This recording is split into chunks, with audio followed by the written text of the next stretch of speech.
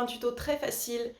Hier, c'était un petit peu plus technique. Il faut bien que j'adapte un petit peu les niveaux de temps en temps pour que tout le monde s'y retrouve.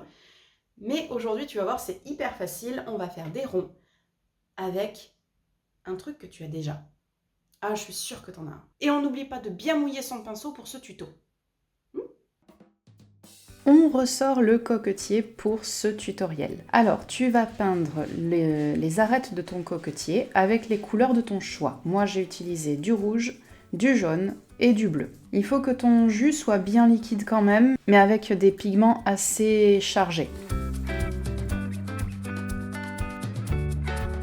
Je pose mon coquetier sur mon papier et tu vois qu'il y a du jus qui s'est déposé dessus. Je prends de l'eau avec mon pinceau et je viens étirer la matière uniquement avec de l'eau pour former mes bulles. Je recommence le processus pour chaque bulle que je vais former.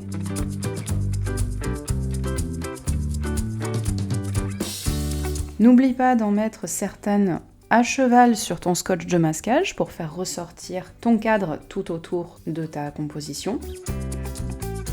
Tu vois que j'hésite pas à appuyer aussi sur mon pinceau pour bien lâcher de l'eau et faire en sorte d'avoir le plus de matière possible. Je ne rajoute pas de pigment sur mon pinceau.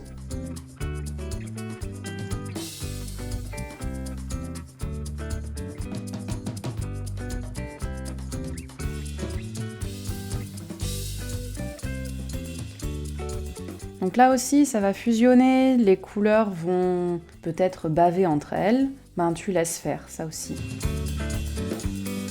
Moi j'ai mis 3 couleurs, mais si tu veux en mettre qu'une ou deux, il n'y a pas de problème. T'es libre de choisir aussi des couleurs différentes de ce que j'ai, hein. C'est pas parce que moi je fais avec ces couleurs-là que c'est forcément la référence. Tu fais avec les couleurs de ton choix. L'important, c'est d'avoir un jus bien dilué et d'avoir quelque chose d'assez chargé en pigments pour mettre sur ton coquetier ou ton verre ou ton bol, peu importe, un emporte-pièce. Enfin voilà, tu fais avec ce que tu as sous la main.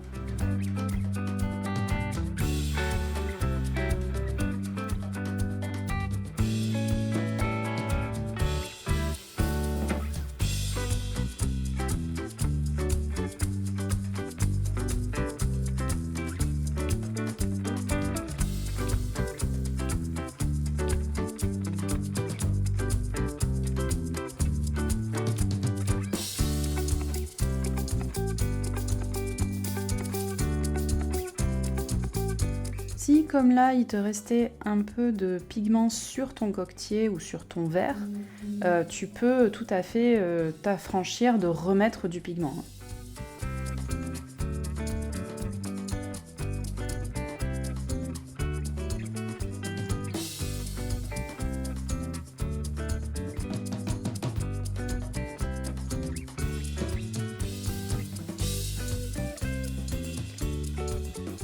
Quand c'est bien sec, tu peux faire un deuxième passage, une deuxième couche de tes bulles.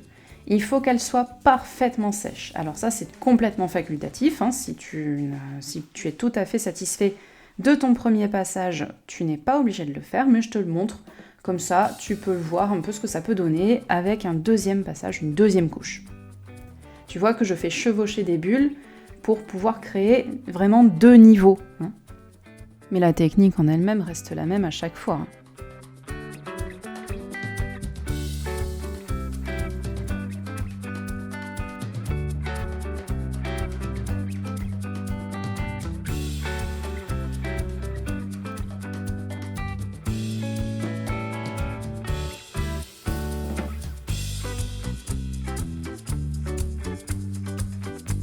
Alors pourquoi il faut que ta première couche soit parfaitement sèche ?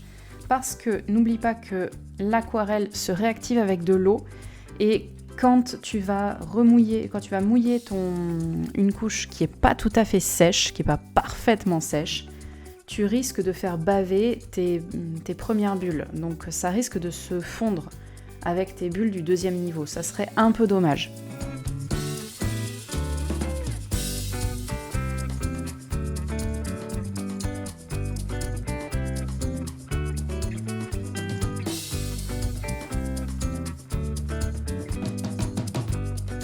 Voilà, donc moi ça me convient. Je rince mon pinceau, je retire le scotch.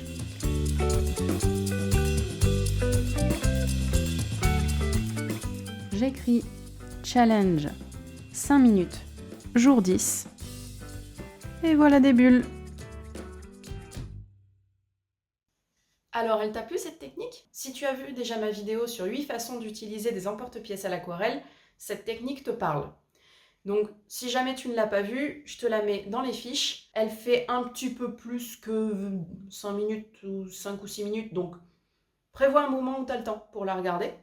Mais je pense qu'elle peut t'intéresser. Notamment si tu ne sais pas dessiner, mais que tu prends plaisir à travailler avec l'aquarelle. N'oublie pas de liker cette vidéo si elle t'a plu. Mets-moi un petit commentaire également pour voir ce que tu en penses de ce challenge. N'oublie pas également qu'à la fin de ce challenge, tu auras une petite surprise spécialement pour toi. Et abonne-toi pour être tenu informé des futures sorties de vidéos. Et puis en attendant, je te dis à demain.